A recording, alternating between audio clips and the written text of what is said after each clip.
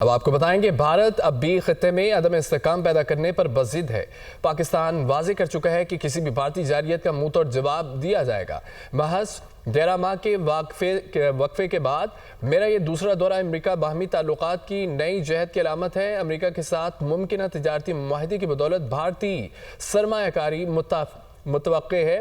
بیرون ملک Pakistani brain drain نہیں بلکہ برین گین ہے۔ فیلڈ مارشل سید آصف منیر کا دورہ امریکہ میں مقیم پاکستانی کمیونٹی سے خطاب، امریکی سیاسی اور عسکری قیادت سے بھی اہم ملاقاتیں۔ پاکستانی کمیونٹی سے اپنے خطاب میں فیلڈ مارشل آصف منیر نے کہا، بیرون ملک مقیم پاکستان عزت و وقار کا سرچشمہ اور دیگر پاکستانیوں کی طرح پرجوش ہیں۔ ہماری ترقی دنیا بھر میں بسنے والے پاکستانیوں سے وابستہ ہے۔ کہا، بھارت اپنے آپ کو وشوا گرو کے طور پر پیش کرنا چاہتا ہے، لیکن عملی طور پر ایسا کچھ بھی نہیں۔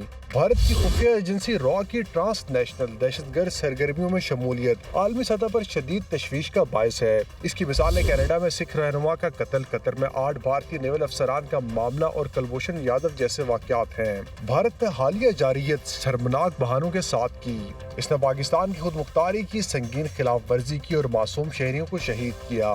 پاکستان صدر ٹرمپ کا انتہائی مشکور ہے، جن کی اسٹریٹجک لیڈرشپ کی بدولت نہ صرف انڈیا پاکستان جنگ رکی بلکہ دنیا میں جاری بہت سی جنگوں کو روکا گیا ہے۔ پاکستان نے بھارتی اشتعال انگیزی کا پرعزم اور بھرپور جواب دیا۔ ہم نے وسیع تر تنازع کو روکنے میں کامیابی حاصل کی۔ فیلڈ مارشل نے کہا، مقبوضہ کشمیر بھارت کا کوئی اندرونی معاملہ نہیں بلکہ ایک نامکمل بین الاقوامی ایجنڈا ہے۔ جیسے کہ قائد اعظم نے کہا تھا، کشمیر پاکستان کی شہرگ ہے۔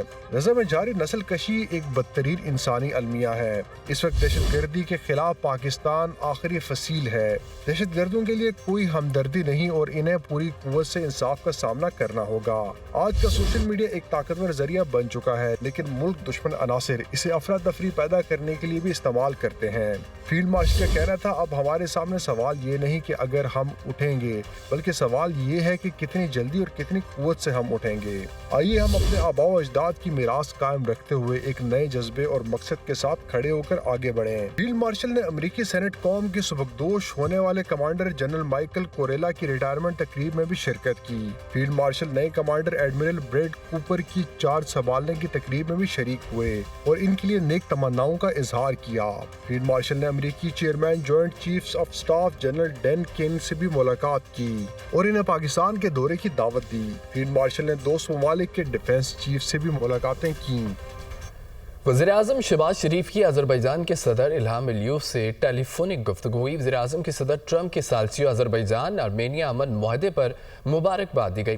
وزیر اعظم نے 3 دہائی پرانے تنازع کو پرامن انداز میں نپٹانے پر صدر الہام علیوف کی تعریف کی۔ وزیر اعظم نے معاہدے کو منطقی بنانے میں امریکی صدر کے کردار کو بھی سراہا۔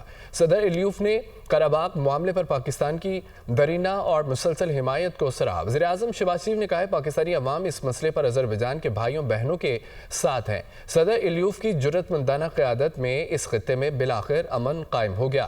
صدر علیوف بولے، خطے میں پرامن ماحول سے پاکستان اور وسطی ایشیا کے درمیان ترقی اور روابط بڑھانے کے نئے مواقع پیدا ہوں گے۔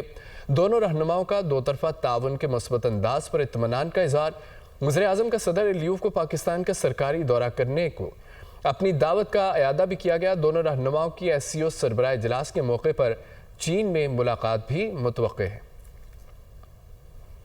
غزہ پر قبضے کے اسرائیلی اعلان کے بعد اقوام متحدہ کی سلامتی کونسل کا ہنگامی اجلاس، برطانیہ، فرانس، ڈنمارک، سلووینیا اور یونان کی غزہ پر اسرائیلی قبضے کے منصوبے کی مذمت کی گئی۔ اسسٹنٹ سیکرٹری جنرل نے اجلاس کا آغاز کرتے ہوئے کہا کہ غزہ فلسطین کا اٹوٹ انگ ہے اور رہے گا۔ غزہ تنازع کا 2 ریاستی حل ہونا چاہیے۔ برطانوی مندوب نے کہا کہ غزہ میں فوری طور پر تمام امدادی سامان کی ترسیل بحال ہونی چاہیے۔ غزہ کی صورتحال کا سفارتی حل ممکن ہے۔ ڈنمارک کے سفیر نے کہا کہ غزہ میں اسرائیلی جارحیت کے اضافے کے منصوبے کی مذمت کرتے ہیں۔ غزہ کے بچوں کی زندگیاں قحط سے دوچار ہیں۔ فرانسیسی مندوب کا یہ کہنا تھا کہ فرانس غزہ سٹی پر اسرائیلی قبضے کے منصوبے کی مذمت کرتا ہے۔ غزہ پر قبضے کے کسی بھی اسرائیلی اقدام کی مخالفت کرتے ہیں۔ غزہ سٹی میں اسرائیلی جارحیت انسانی بحران کو جنم دے گی۔